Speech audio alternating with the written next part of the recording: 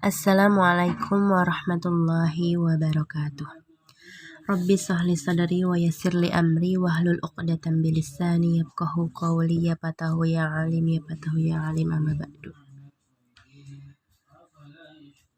Sahabat rumah keluarga Indonesia semuanya, pada kesempatan kali ini saya akan berbagi tentang tips mengelola uang THR.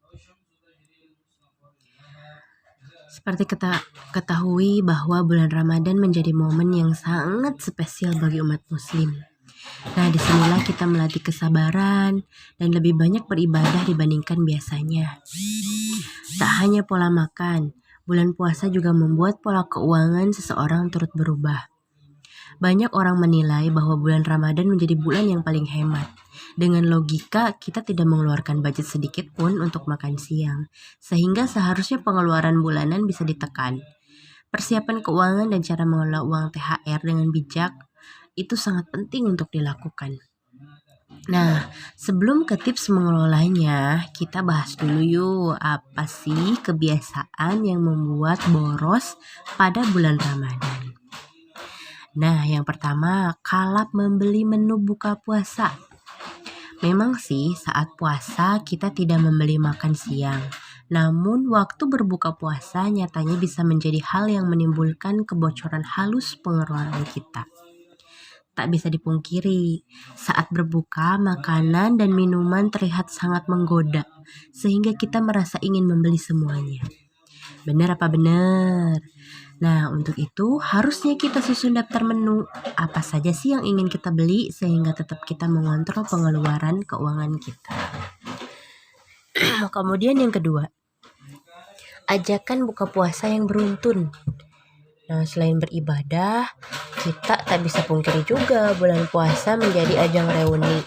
Jangan kaget jika di bulan ini akan ada ajakan berbuka puasa tak terbendung, mulai dari teman semasa SD, SMP, SMA, teman kuliah, dan teman kantor kita sekarang ini. Hal ini memang mengasyikkan.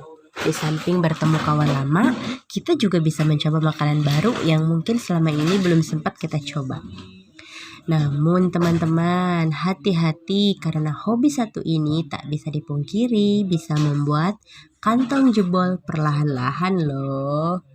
Karena itu, harusnya kita selektif mendatangi acara buka bersama yang menghampiri kita. Nah, kita itu jangan sungkan menolak sesuatu ajakan jika tidak sesuai dengan pos keuangan yang sudah kita buat. Apalagi jika mengharuskan kita untuk berhutang. Nauzubillahimindzalik. Kemudian yang ketiga, lautan promo yang menggoda iman. Mendatangi pusat perbelanjaan menjadi cara masyarakat urban untuk menyegarkan pikiran karena stres pekerjaan. Ini sangat banyak ya teman-teman. Kegemaran ini semakin menyenangkan dengan banyaknya potongan harga yang menggiurkan, apalagi menjelang hari raya. Bener kan? Pasti menjelang hari raya itu banyak sekali diskon-diskon, banyak sekali promo-promo. Nah, di kondisi ini memungkinkan seseorang berpikir dua hal. Yang pertama, menjadi lebih bijak membelanjakan uang atau malah kalap dengan dalil, udahlah beli saja, mumpung murah kok. Akibatnya apa? Anda kehilangan kontrol dan tergoda membeli barang yang sebenarnya tidak dibutuhkan. Nah, dengan begitu sebisa mungkin buatlah daftar prioritas barang apa saja yang akan dibeli sehingga pengeluaran tidak membengkak untuk hal yang konsumtif. Kemudian yang selanjutnya, yang keempat, prinsip semua harus serba baru. Nah, enggak lebaran kalau enggak pakai baju baru. Nampaknya masih menjadi stigma yang menempel erat di kepala masyarakat Indonesia. Betul enggak? Bahkan mungkin kita sendiri yang masih mempunyai stigma enggak lebaran kalau enggak punya baju baru. Nah, membeli segala sesuatunya yang serba baru seolah menjadi ritual, entah itu baju, sepatu, bahkan kendaraan baru tercantum dalam daftar pengeluaran keluarga Indonesia.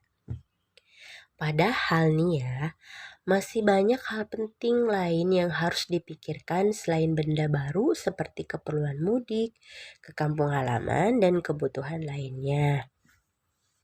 Cobalah untuk menghilangkan stigma tersebut. Mengapa harus membeli jika masih mempunyai barang lama yang layak pakai? Nah, itu harus dipikirkan ya, teman-teman semua.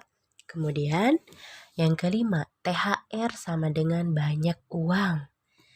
Nah, bagi kita yang bekerja di kantor atau perusahaan tertentu akan mendapatkan tunjangan hari raya. Tunjangan hari raya menjadi hal yang ditunggu-tunggu umumnya. Nah, kisarannya sebesar 1 kali upah bulanan tergantung kebijakan perusahaan masing-masing. THR memang sangat dinantikan karena ibaratkan angin segar setelah kita menghamburkan isi dompet untuk belanja dan berbuka puasa di luar rumah. Sisi negatifnya, pemasukan kejutan. Ini membuat hasrat belanja seseorang akan meningkat karena merasa memiliki banyak uang.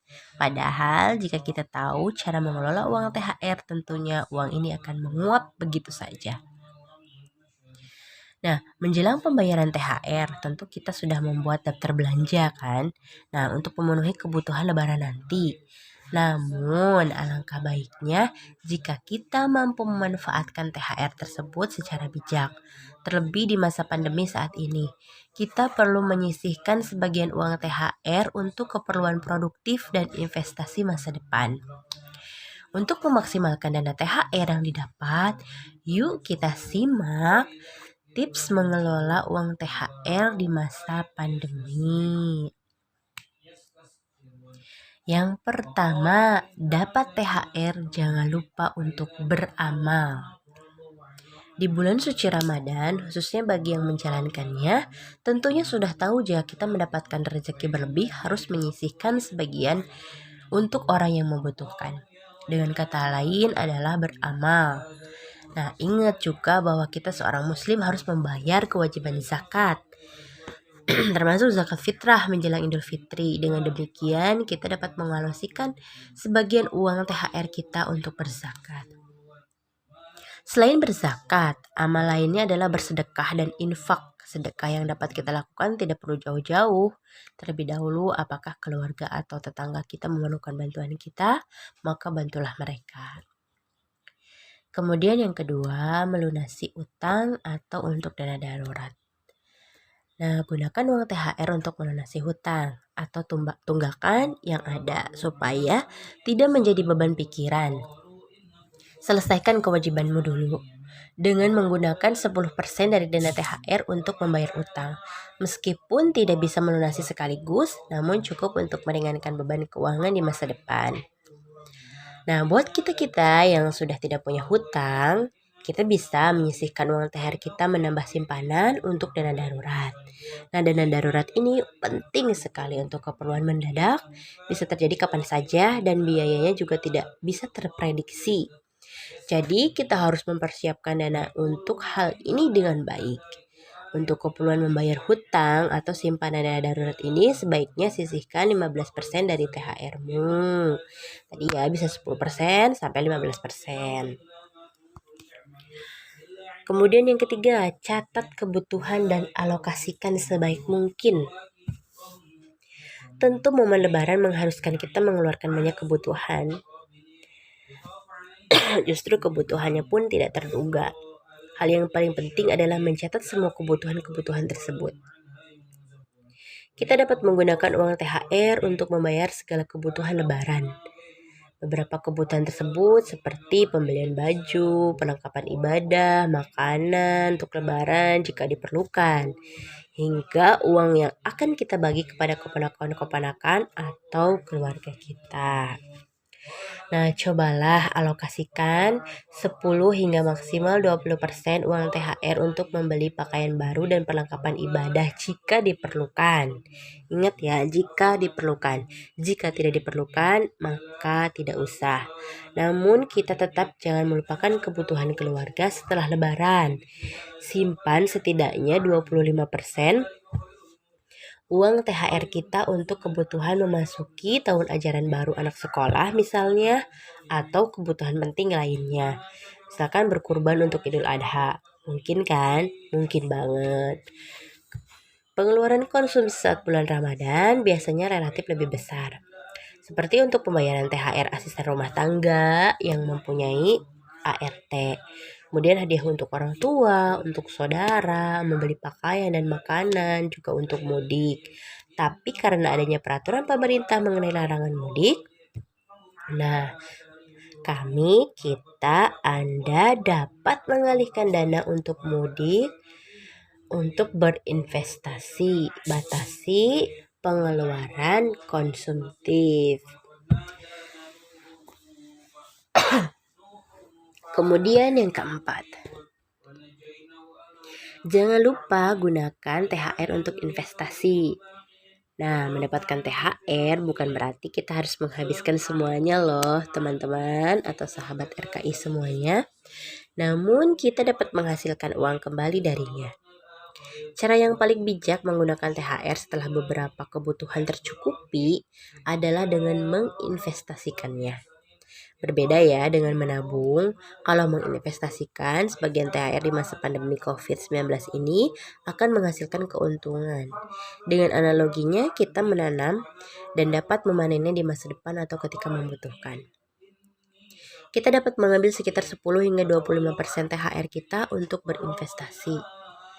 Nah, terdapat beberapa investasi yang kini menjadi tren, di antaranya saham, reksadana, emas, deposito, dan lain-lainnya. Masih banyak sekali.